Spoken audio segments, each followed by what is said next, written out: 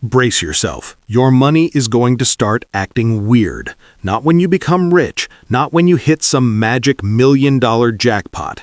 The weird part starts way before that. It starts when your portfolio makes more money in a single month than you put in. For Harry, the first time it happened was a random Tuesday at 2:12 p.m. He was driving a forklift on the night shift, moving pallets like he had done 1,000 times before. His phone buzzed in his pocket. He checked it on his break. His investing account was up $291 while he was at work. That is the compounding shift.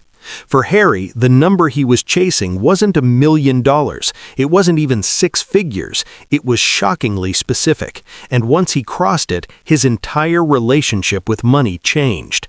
By the end of this video, you will know exactly what that number is for you. Right now, your deposits feel heavy. Harry felt that too. He brought home $3,184 a month. Rent took $1,497. His car payment was $418. Insurance was $211. The phone bill was $76. Everything else fought for the leftovers. None of this is dramatic. That's the problem. Most financial failure isn't explosive. It's boring pressure. It's the slow squeeze that makes you quit. And most people quit right before the good part happens. That is why this next part matters. Harry tried to invest big on willpower. He failed. He realized the real enemy isn't the market, it is the reset. Every time you drain your account for an emergency, you reset to zero. So, he built a system, but he didn't call it a budget, he called it the floor and sweep. First, he picked a floor number. For him, it was $317, not zero. 317. That floor didn't just buy groceries. That floor stopped one decision, the decision that destroys compounding. It stopped him from looking at his checking account, feeling panicked and selling his investments to buy gas. Then, the sweep. He picked one specific moment, Wednesday night at 10:40 p.m. Second break, same chair. He opened his app.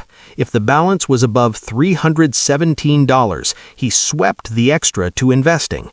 If it was below, he did nothing.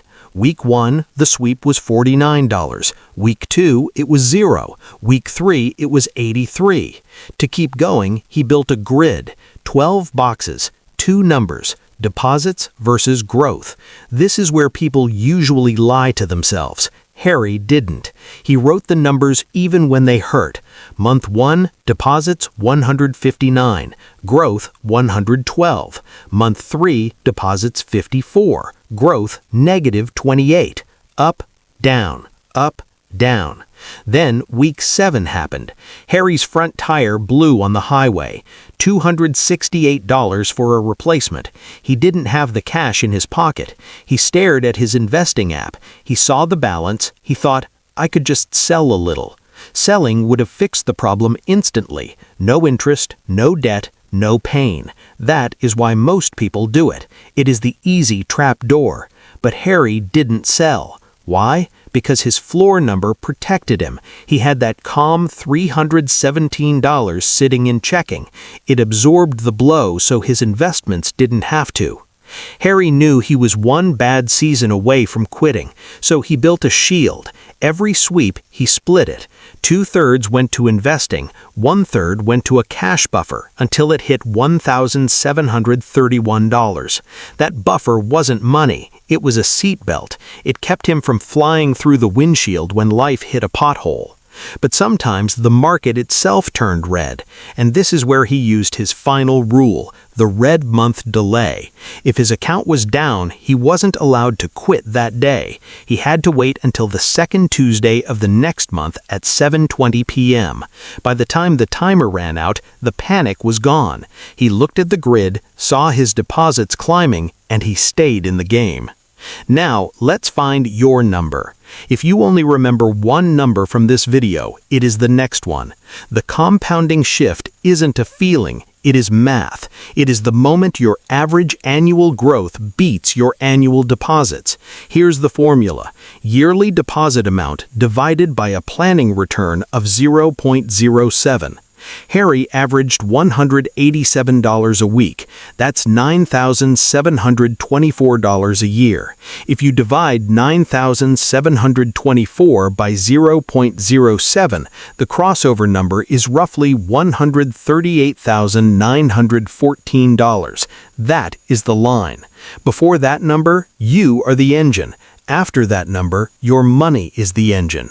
Harry kept sweeping. Wednesday nights, 10:40 p.m. Then the month finally came. He crossed the number. Here's the uncomfortable truth.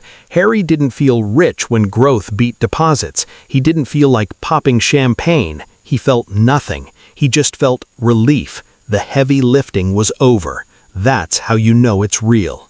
Most people fail because they never start. They fail because they interrupt compounding for something temporary.